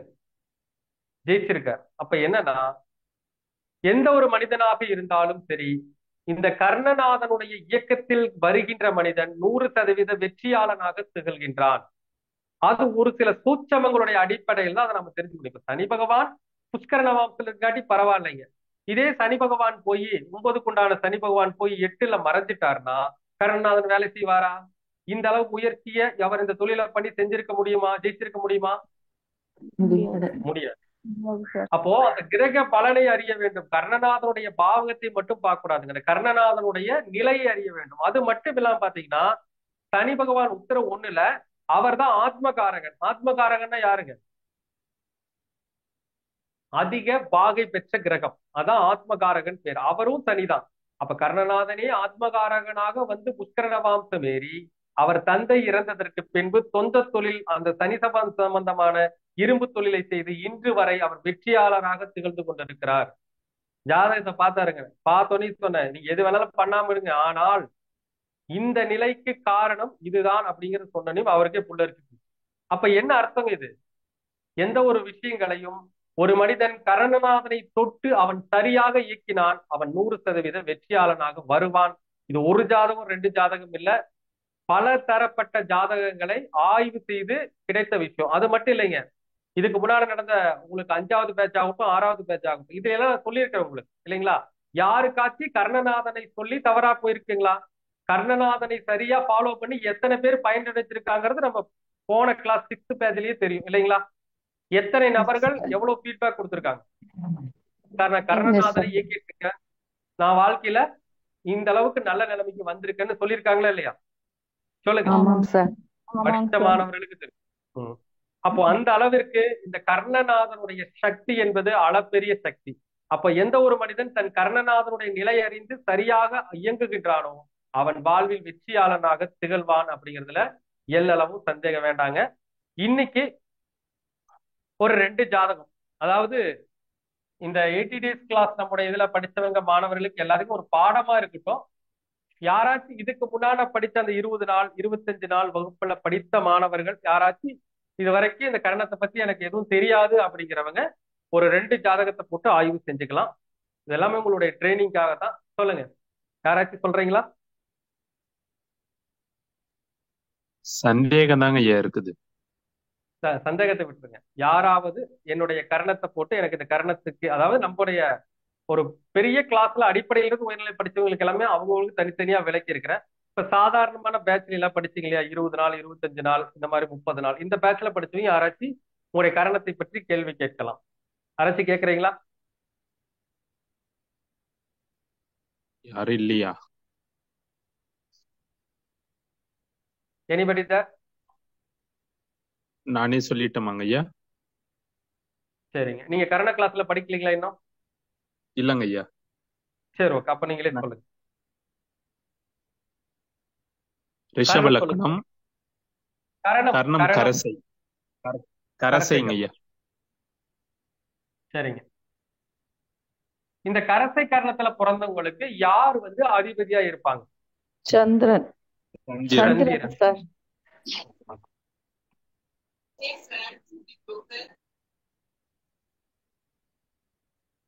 அப்போ கரணத்தை கரணத்துக்கு அதிபதியாக இருக்கிறவர் யாருன்னா சந்திரன் தான். அப்போ சந்திரன் இவருடைய கரணாதிபதியாக இயங்கிக் கொண்டிருக்கிறார். அப்ப கரணாதிபதினு சொல்லக்கூடியவர் இந்த ரிஷப லக்னத்திற்கு யார் அப்படிங்கிறத நம்ம பார்க்கணும். இந்த சந்திரனுங்கிறவர் ரிஷப லக்னத்திற்கு யார்? இவரை மூணாம் இயக்குகின்ற வீட்டுக்குரியவர். கரணாதிபதி யார்? 3ஆம் வீட்டுக்கு உண்டானவர் இல்லையா? அப்ப 3ஆம் வீட்டிற்கு உண்டான சந்திரன் எங்க இருக்கிறாருன்னு நம்ம முதல்ல பார்க்கணும். 3ஆம் வீட்டுக்கு சந்திரன் எங்க இருக்காருங்க? கடகராசி, புனர்பூச நட்சத்திரம், 4ஆம் பாதம். ஓகே, இங்க இருக்கார். ஓகே. அப்போ இந்த சந்திரன் 3ஆம் இடத்தில் இருக்கின்ற போது வளர்பிறை சந்திரனா தேய்பிறை சந்திரனான்னு தெரிஞ்சு அது நம்ம ஒரு கணக்கு. வளர்பிறையா வளர் தேய்பிறையா? வளர்பிறை. ஓகே, வளர்பிறை. உங்க ஜாதகத்துல மிக குறைந்த பாகையில் இருக்கின்ற கிரகம் எது? மிக குறைந்த பாகம். அது தெரியணும். மிக குறைந்த பாகை. கேதுதான். தெரியலையே. தெரியணும். அப்ப உங்க சரி. ஜாதகத்துல மிக குறைந்த பாகையில் இருக்கின்ற கிரகம் யாருன்னு தெரியணும். சரி, உங்களுக்கு ஜாதகத்தை சொல்லுங்க, நான் உங்களுக்கு போட்டுட்டு மிக குறைந்த பாகை இதுன்னு சொல்றேன். உங்களுக்கு டக்குன்னு சொல்லுங்க. சரி. டேட் ஆஃப் பர்த் 17/6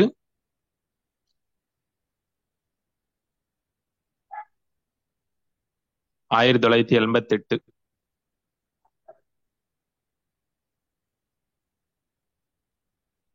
டைம் வந்து 5:03 காலையில. பாண்டிச்சேரி. பிறந்த ஊருங்க? பாண்டிச்சேரி, புதுச்சேரி.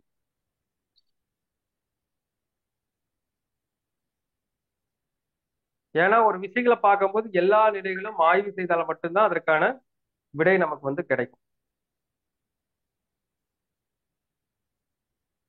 உங்க ஜாதகத்தில் மிக குறைந்த பாகையில் இருக்கின்ற கிரகம் யார் அப்படின்னு பாத்தீங்கன்னா சூரியன். ஓகேங்களா? அப்போ உங்க ஜாதகத்துல இந்த சந்திரன் 3ஆம் அதிபதி ஆகிய சந்திரன் வளர்பிறை சந்திரனாக 3ஆம் இடத்தில் இருக்கின்றார். 3ஆம் இடத்தினுடைய காரகத்துவங்களை இயக்கினால் இவரும் வாழ்நாள் வெற்றியாளராகவே திகழ்வார். அப்ப 3ஆம் இடத்தில் இருக்கின்ற காரகத்துவம் என்ன? இளைய சகோதரம். இளைய சகோதரர். அவருடைய தொழிலுக்கு சொல்லுங்க. 3ஆம் இடம் சாப்ட்வேர் இன்ஜினியர். யாருங்க? 3ஆம் இடம் சாப்ட்வேர் இன்ஜினியர், ஐடி துறை. 3ஆம் இடம் அக்கௌண்ட். 3ஆம் இடம் எழுத்து சம்பந்தமான எல்லா விஷயங்களும். 3ஆம் இடங்கிறது ஆன்லைன் சம்பந்தமான எல்லா விஷயங்களும். அப்போ இந்த ஜாதகர் அந்த மாதிரியான ஒரு துறையில் அந்த தொழிலை செய்தாலோ அல்லது அந்த வேலையில் இருந்தாலோ அவருடைய வாழ்க்கை செம்மையாக சென்று கொண்டிருக்கும். வாழ்க்கையில தோஷங்கள் வராது அப்படிங்கிறது தான் இந்த கர்ணாதிபதி சொல்லக்கூடிய விஷயம். நீங்க என்ன சார் பண்றீங்க? நான் கவர்மெண்ட் ஸ்கூல்ல டீச்சரா இருக்கிறேங்க ஐயா. சூப்பர். அப்ப என்ன ஆச்சுங்க? 3ஆம் இடம் எழுத்து வந்துருச்சா? வேலையில. டீச்சருக்கு என்ன வேலை? எழுதுறதுதான் வேலை. எழுதுறதுதான் வேலை. அப்போ அந்த நிலையில இருக்கும்போது வாழ்க்கையில நீங்க ஒண்ணும் பெருசா கஷ்டப்பட மாட்டீங்க. அதாவது எப்படின்னா என்கிட்ட காசு இல்ல, பணம் இல்ல அப்படிங்கறதெல்லாம் உங்களுக்கு இருக்காது. உங்க வாழ்க்கையில என்ன இருக்கும்? உங்களுக்கு தேவையான வசதிகள் இருக்கும். ஒன்றும் பெருசா வந்து இப்ப திருமண வாழ்க்கை பாதிப்புங்கிறது அப்படியே அது வேற ஒரு கான்செப்ட். ஆனா அதுவும் சரியாயிடும். ஆனால் மற்ற வகையில உங்க வாழ்க்கையில எனக்கு பணமே கிடையாது, நான் வந்து ரொம்ப கஷ்டப்பட்டு இருக்கிறேன், இந்த மாதிரி விஷயத்தை எல்லாம் கர்ணநாதன் கொடுக்கவே மாட்டார். அப்ப அந்த எழுத்துத்துறையில் இருக்கிறதுனால உங்க வாழ்க்கைக்கு தேவையான அடிப்படை வசதிகள் எல்லாமே உங்களுக்கு என்ன பண்ணுவாரு? இந்த சந்திர பகவான் கொடுப்பார், கொடுப்பார். அவ்வளவுதான் விஷயம். கொடுத்திருக்காருங்களா? கொடுத்துக்கிறாருங்க ஐயா. எந்த குறையும் வைக்கலாங்க ஐயா. அதுதான் அப்ப நீங்க கர்ணநாதனுடைய வட்டாரத்தில் இருக்கிறீர்கள் அப்படிங்கிறதா உண்மை. சரிங்களா? அப்ப அதற்கான பலாபலங்கள் நிச்சயமா உங்க வந்தடையும். இதுல ஏதாச்சும் காசி அமைப்பு அல்லது முடக்கு பாதிப்பு, திதிசூன்ய பாதிப்பு, அவயோகி பாதிப்பெல்லாம் இருந்து அதையும் நீங்க சரி பண்ணிட்டு இந்த வேலையவே தொடர்ந்தீங்கன்னா என்ன நடக்கும்? பண்ணிட்டேங்க ஐயா. அப்ப நீங்க சொன்ன மாதிரி திருச்சி OMR சுடுகாட்டுக்கு போய் பரிகாரம் பண்ணேன். சரிங்க. அதுக்கப்புறம் முடுக்கு நிவர்த்தி தோஷத்துக்கு காஞ்சிபுரம் திருக்காளிமேடும் போய் பண்ணிட்டு வந்துட்டேன். அதுக்கப்புறம் தாங்க ஐயா நல்லா இருந்தது. வீட்டுக்கு அம்மாவும் வர ஆரம்பிச்சாங்க. ஓகே, சிறப்பு. அதான் வீட்டுக்கு அம்மாவை வர்றது வந்து கேது திசையுடைய தாக்கம் ஆரம்பிச்சிருச்சு. நான் முதலே சொன்னேன், வேற ஒண்ணும் கிடையாது. வந்துருவாங்க. அடுத்து இந்த பரிகாரங்களை நம்ம பண்ணிக்கும் போது உங்க கர்ணநாதன் பாருங்க இனிமேல் வாழ்க்கையில உங்களை எந்த அளவுக்கு உயர்த்துறாருன்னு பாருங்க. ஏன்னா நம்ம வந்து கர்ணநாதனோட இயக்கத்துல ஒரு மனிதன் இருக்கின்ற பொழுது அந்த முடக்கு, திதிசூனி, அவயோகி எல்லாத்தையும் நிவர்த்தி பண்ணிட்டோம் அப்படின்னா இன்னும் ஒரு அசுர வளர்ச்சியை நோக்கி உங்களை கூட்டிட்டு போயிடுவார். உண்மைதாங்க. ஓகேங்களா? ஒரு சின்ன சந்தேகம் தாங்க ஐயா. சந்தேகம் கிடையாது. இப்ப நான் புனர்பூச நட்சத்திரத்துல இருக்கிறேன். எனக்கு 22வது நட்சத்திரம் வேத நட்சத்திரம் உத்திரட்டாதி. அதுக்கு அதிபதி விநாயகர் தானங்க ஐயா. கரசிக்கும் விநாயகர் வருது. நான் பிள்ளையார்பட்டி போலாமா? அதெல்லாம் தேவையே இல்லை. உங்களுக்கு 22வது நட்சத்திரம் வைநாசிக நட்சத்திரமாக வந்தாலும் கரணாதிபதி ஸ்ட்ராங்கா இருக்கிறதுனால அந்த நட்சத்திரத்தை பத்தி கவலையப்பட வேண்டியது. நான் ஏற்கனவே சொல்லியிருக்கிறேன், ஒருத்தருக்கு 3வது நட்சத்திரம், 5வது நட்சத்திரம், 7வது நட்சத்திரம், 9வது நட்சத்திரம் எப்படி வேணாலும் வரட்டும், மோசமான நட்சத்திர தாராபலன் வரட்டும், தப்பு கிடையாது. ஆனால் நீங்கள் செல்கின்ற அந்த கோவிலுடைய எனர்ஜி நன்றாக இருந்தால் கண்டிப்பா அது உங்களுக்கு ஜெயிக்கும். இப்போ நிறைய பேர் என்ன சொல்லுவாங்க, பூர நட்சத்திரக்காரங்களுக்கு உத்திரட்டாதி நட்சத்திரம் வேத நட்சத்திரம். உத்திரட்டாதி நட்சத்திரத்துக்கு எந்த கோவிலுங்க? உத்திரட்டாதிக்கு வந்து திருப்பதி.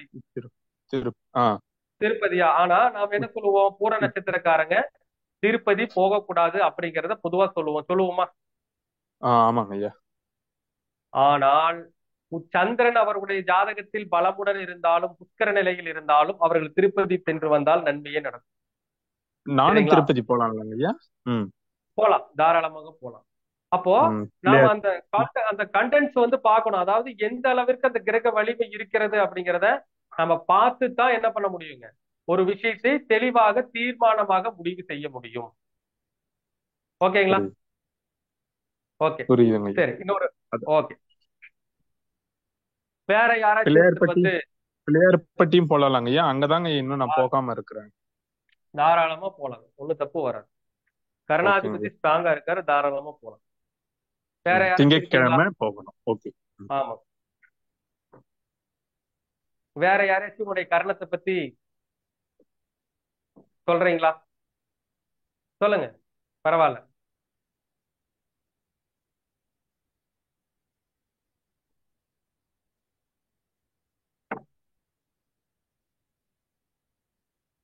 வேற யாராச்சும் கர்ணத்தை பத்தி சொல்றீங்களா?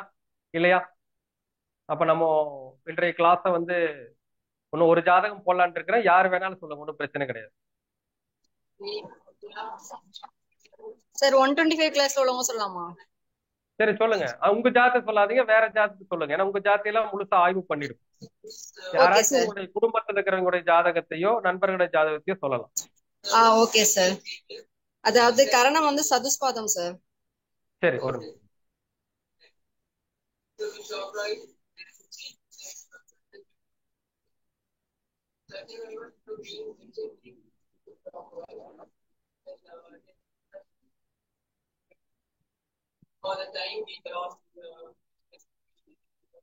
சொல்லுங்க மேடம். சதுஸ்பாத Karnam sir.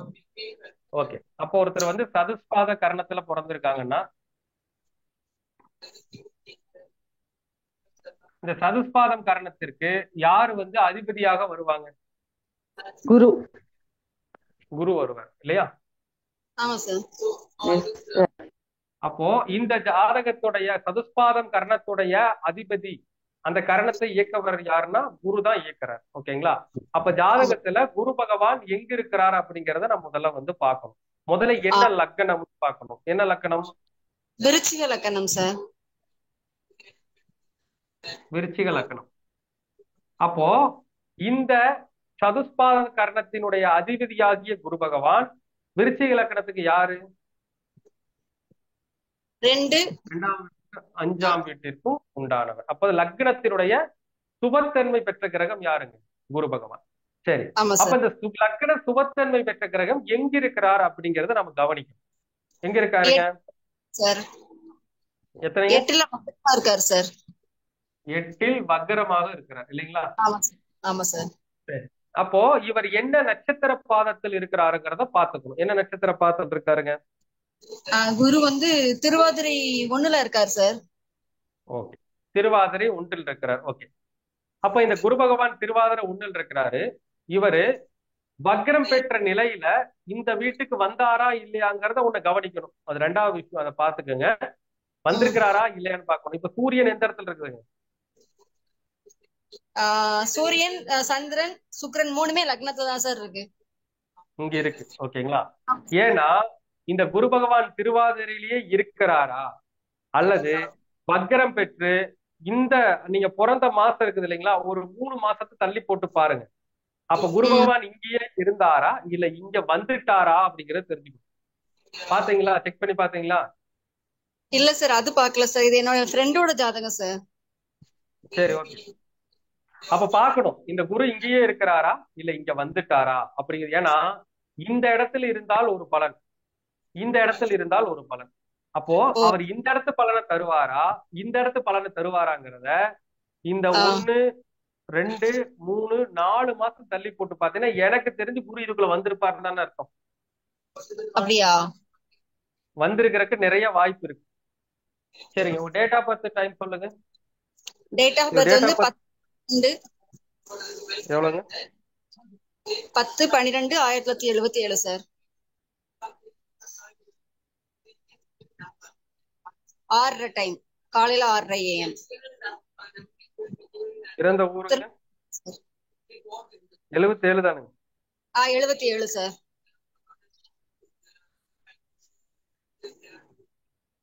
6:30 AM இல்லைங்களா? ஆமா சார். திருநெல்வேலி. ஆமா.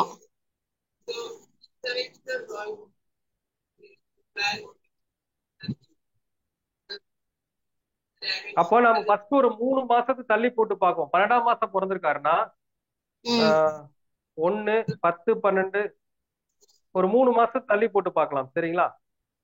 ஓகே.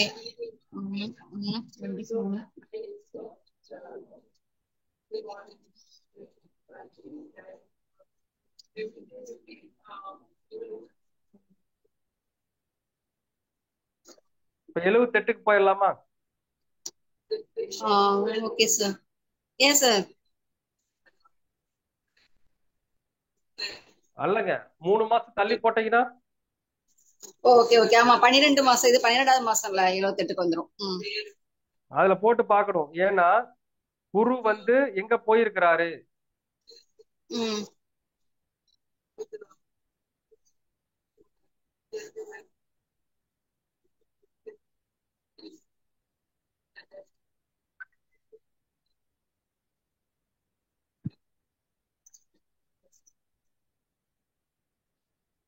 எனக்கு தெரிஞ்சு வந்து குரு பகவான் வந்து மாறுறதுக்கு வாய்ப்பு இல்லை. சரிங்களா? என்ன இல்லைங்க, பின்னால போயிருக்கிறதுக்கு வாய்ப்பு கம்மி. வரல, நான் சொன்ன மாசத்துல எடுத்து போட்டா கூட மிருகசீரிடம் 3ஆம் பாதத்துலதான் இருக்கிறாரு. 63.2 பாயிண்ட்ல தான் இருக்கிறாரு. வேணா ஒரு 2 மாசத்துக்கு தள்ளி போட்டு பார்க்கலாம். Okay sir.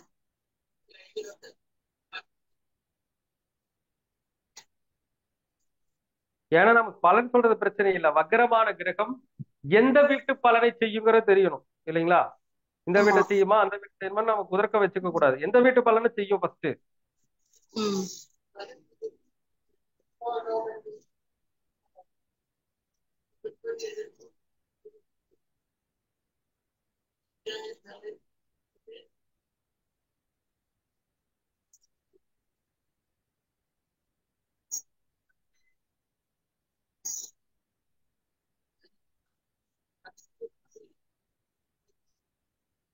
இல்ல, உங்களுக்கு வந்து வாய்ப்பு இல்ல. குரு வந்து உங்களுக்கு எனக்கு தெரிஞ்ச வரை எந்த வீட்டு பலன் தான் செய்யும்? 8ஆ சார்? வரும்.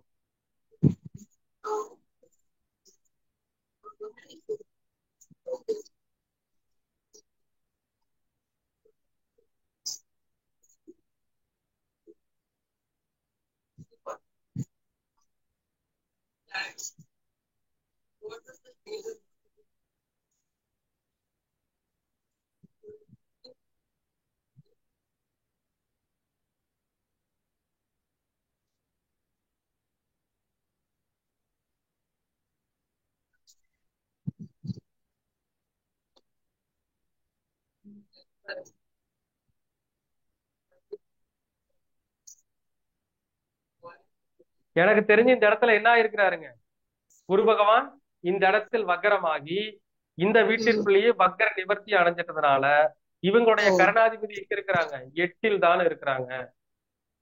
Okay sir. அப்போ இவங்க 2ஆம் அதிபதியும் 5ஆம் அதிபதி 8ல் மறைந்தால் நல்லதா ம் கெட்டதான்னு பார்க்கும்போது முதல்ல இது 8ல மறைஞ்சா இன்னொரு விஷயத்தை கவனிக்கணும். அது என்ன தெரியுங்களா, ம் குரு பகவான் ஜாதகத்துடைய யோகியா அவயோகியா இருக்கிறாரான்னு கொஞ்சம் செக் பண்ணிக்கணும். இவங்க பிறந்த நாம யோகம் என்னது, நாமயோகம் வந்து சுபம். சாரி சார், திருதி. திருதி நாம திருதி. யோகத்திற்கு அவயோகி யார் வருவாங்க, சுக்கிரன் வருவாங்க. ம் சரிங்களா, அதனால ஆமா. இல்ல. அப்போ இந்த கரணாதிபதி என்பவர் 8ல் மறைந்து விட்டார். அப்ப கரணாதிபதி 8ல் மறைஞ்சிட்டா என்ன ஆகும், 2ஆம் இடம் 5ஆம் இடம் சார்ந்த விஷயங்கள், கர்ணாதிபதினாவே நம்முடைய இயக்கத்திற்கு வெற்றி தர்றவர் தான். அப்ப 2ஆம் இடம் அல்ல 5ஆம் இடம் பாதிப்பு வருமா வராதுங்களா, ஓகே சார். கண்டிப்பா வரும். அப்ப 2ஆம் இடம் என்னதுங்க, குடும்பம், குடும்பம் வருமானம், அவருடைய எண்ணங்கள் திட்டங்கள் என்ன ஆகும், கர்ணநாதன் பாதிக்க மூலமாக பாதிக்கப்படும். ம் ஓகேங்களா, அப்ப ஒண்ணு குடும்ப வாழ்க்கையோ அல்லது வர்ற வருமானமோ அல்லது அவருடைய எண்ணங்கள் திட்டங்களோ என்ன ஆகும், பாதிக்கப்படும். ஆனால் ஓகே. இவர்கள் அந்த கரணாதிபதியை தனக்கு சாதகமாக மாற்றிக்கொள்ள முடியும். எப்படி மாத்திக்க முடியும் அப்படின்னா, இப்ப 2ஆம் இடம்னா என்னன்னு சொல்லியிருக்கிறோம், நம்ம சாப்பிடுற சாப்பாடு உணவு எல்லாமே 2ஆம் இடத்துல வரும். அப்ப 2ஆம் இடங்கிறது தான் கல்வியும் கூட இல்லையா, 2ஆம் இடத்துலதான் கல்வி, ஆரம்ப நிலை கல்வி 2ஆம் இடத்துல இருக்குது. 5ஆம் இடம் குழந்தைகள். அப்ப என்ன பண்ணலாம், ஆரம்ப நிலை படிக்கின்ற குழந்தைகளுக்கு, அதாவது 10ஆம் கிளாஸ் வரைக்கும் படிக்கக்கூடிய குழந்தைகளுக்கு அது 8ஆம் இடம்னாவே ஏழ்மை நிலை. அப்போ ஏழ்மை நிலையில் இருக்கக்கூடிய குழந்தைகளுக்கு இது காலபுருஷனுடைய 3வது வீடு, எழுத்து வீடு. எழுத்துனா என்னங்க, பேனா நோட்டு புத்தகம் பேக். அப்ப பென்னு என்ன நோட் பண்ணணும், புக்கு. அப்போ இந்த ஜாதகர் வாழ்நாள் முழுவதும் ஒரு வெற்றியை பெற வேண்டுமானால் என்ன பண்ணணுங்க, படிக்கின்ற ஏழை மாணவர்களுக்கு என்ன பண்ணணுங்க, வியாழக்கிழமை நாள்ல பேனா நோட்டு புத்தகம் தானம் கொடுக்க வேண்டும். Okay sir. சரிங்களா, அவ வந்து கூடவே ஸ்கூல்ல கூடவே டீச்சரா தான் சார் இருக்கா. ஓகே.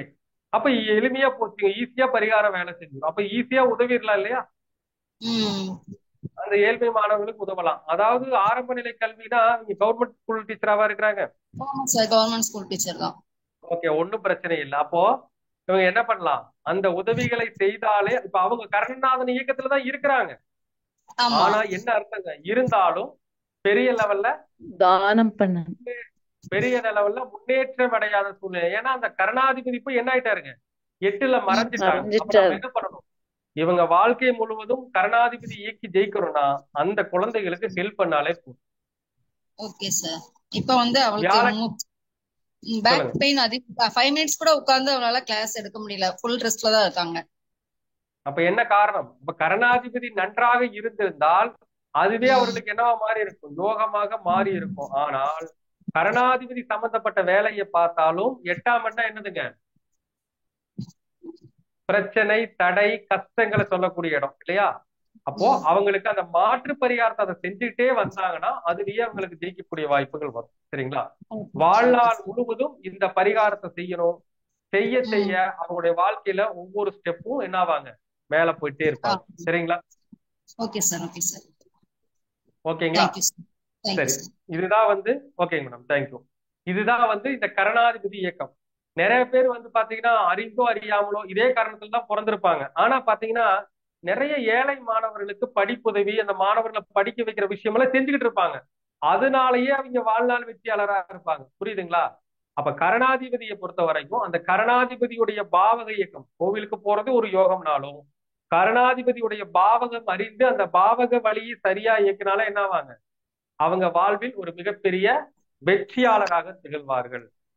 இது வந்து ஒரு ஒரு மனிதனோட, நிறைய பேர் சொல்லுவாங்க இல்லையா, நான் ஜாதகமே பாக்குறது இல்ல, எந்த கோயிலுக்கும் போறது இல்லை அப்படின்னு சொல்லுவாங்க. ஆனால் அவங்களுடைய ஜாதகத்திற்குள்ளாக இந்த கருணாதிபதியுடைய இயக்கமும் அல்லது யோகாதிபதி இயக்கமும் மறைமுகமாக ஒளிந்திருக்கும் அப்படிங்கறதா உண்மை. நான் ஏற்கனவே என்னுடைய கிளாஸ்ல சொல்றது, அதிகமா ஒரு ஜாதகர் ஒரு பெரிய வளர்ச்சி அடைகிறாருன்னா அதற்கு 2 காரணம் இருக்கும். அவர் கோயிலுக்கு போறாரு, போகல, பரிகாரம் பண்றாரு, பரிகாரம் பண்ணல, அதெல்லாம் விஷயம் கிடையாதுங்க. யார் ஒருவர் ஜாதகத்தில் கருணாதிபதியுடைய நட்சத்திரத்திலோ யோகாதிபதி நட்சத்திரத்திலோ கிரகங்கள் அதிகமாக இருந்து அந்த கரணாதிபதியோ யோகாதிபதியோ ஜாதகத்தில் வலுப்பெற்று இருந்தால் அவர் வெற்றியாளரா கண்டிப்பா வருவாரு. அதுலயும் அந்த கரணாதிபதி யோகாதிபதி நட்சத்திரத்தில் இந்த கிரகங்கள் திசைக்கு வந்துச்சுன்னு வச்சுக்கோங்களேன், அவங்க கண்டிப்பா அந்த திசையில மிகப்பெரிய வெற்றி அடைவாங்க. ஒரு சில நபர்கள் பாத்தீங்கன்னா தொடர்ச்சியா வெற்றி பெற்றுட்டே இருப்பாங்க. அதற்கு காரணம் என்னங்க? கரணாதிபதி யோகாதிபதி இயக்கத்தில் அவர்கள் இருந்து அந்த கரணாதிபதியும் யோகாதிபதியும் ஜாதகத்தில் வலுவாக இருப்பதுதான் காரணம். மோசமா இருக்கிறவங்க கூட ஜெயிக்கிறாங்கன்னா அதற்கு தகுந்த வாழ்வியல் பரிகாரங்கள் அவங்க அறிஞ்சோ அறியாமலோ செஞ்சிருப்பாங்கிறதா உண்மை. அப்படி மோசமா இருக்கிறவங்க அதை செய்யறாங்கன்னா அதை செய்ய வைப்பது முன்னோர்கள் செய்த புண்ணியம் அப்படிங்கிறத எல்லோரும் தெரிஞ்சுக்கணும். ஓகேங்களா? ஓகே, இன்னைக்கு இந்த விதியன் விஷயத்தையும் கரணநாதனுடைய அந்த இயக்க விஷயத்தையும் உங்களுக்கு கொஞ்சம் தெளிவா உங்களுக்கு புரிஞ்சிருக்கும்னு நினைக்கிறேன். நம்முடைய கிளாஸ் வந்து மறுபடியும் அடுத்த வாரம் ஞாயிற்றுக்கிழமை ஃபுல் டேவா நடக்க போகுது. அதாவது நான் ஈவினிங் 6 மணி வரைக்குங்க, காலையில 9 மணில இருந்து ஈவினிங் 6 மணி வரைக்கும் நடக்க போகுது. நம்முடைய அடிப்படை முதல் உயர்நிலை வரை படித்த மாணவர்களுக்கு அது ஃப்ரீ கிளாஸ். இந்த மாதிரி நிறைய சூட்சமங்களை என்ன பண்ணலாங்க, அந்த கிளாஸ்ல ஃபுல்லாவே நீங்க தெரிஞ்சுக்கலாம். ஏன்னா நம்ம ஜோதிடம் படிக்கிறது விஷயம் இல்லைங்க, ஒவ்வொரு விஷயத்தையும் எப்படி அனலைஸ் பண்றோம் அப்படிங்கறத முக்கியமான விஷயம். அப்போ நீங்க அந்த கிளாஸ்ல நம்முடைய உயர்நிலை படித்த மாணவர்கள் அனைவரும் கலந்துக்கலாம். அது இல்லாம இந்த கிளாஸ்ல வந்து கலந்து கொள்ள விருப்பம் உள்ளவங்க தாராளமா நீங்க வந்து கலந்துக்கலாம். இதுல அந்த கரணாதிபதியை பற்றிய விஷயங்களும், உங்க ஜாதகத்துல கரணாதிபதி விஷயங்களும் விதியன் பற்றிய ரகசியங்களை எல்லாம் முழுசா ஜாதக ஆய்வுக்கு எடுத்துக்கிட்டு தான் நாங்க வந்து பலன் சொல்ல போறோம். சரிங்களா? அதாவது வந்து ஒரு சில பேர் வந்து பாடம் எடுத்துட்டு போவாங்க, ஆனா நாம அப்படி கிடையாதுங்க. ஜாதகத்தை போட்டு அனலைஸ் பண்ணி இதுதான் காரணம், இப்படித்தான் இருக்குங்கிறத அனலைஸ் பண்ணி அவங்களுடைய விதியனுடைய இயக்கத்தையும் கரணத்துடைய இயக்கத்தையும் எப்படி கடைபிடிக்க வேண்டும் அப்படிங்கிறத இந்த கிளாஸ்ல சொல்ல போறோம். ஸோ இதுல எல்லோரும் ஜாயின் பண்ணுங்க. கண்டிப்பா நிறைய நல்ல பயனுள்ள தகவல்கள் நிறைய பெற்றுக்கலாம். உங்களுக்கு ஒரு நல்ல எக்ஸ்பீரியன்ஸ் கண்டிப்பா கிடைக்கும். சரிங்களா? Okay sir. Okay sir. எல்லோரும் மீண்டும் ஒரு சிறப்பான ஒரு நேரலையில் வர ஞாயிற்றுக்கிழமை சந்திக்கலாம். அனைவருக்கும் நன்றி, வணக்கம், வாழ்க வளமுடன். நன்றி. Thank you sir. Thank you sir. Thank you sir. Thank you sir. Thank you.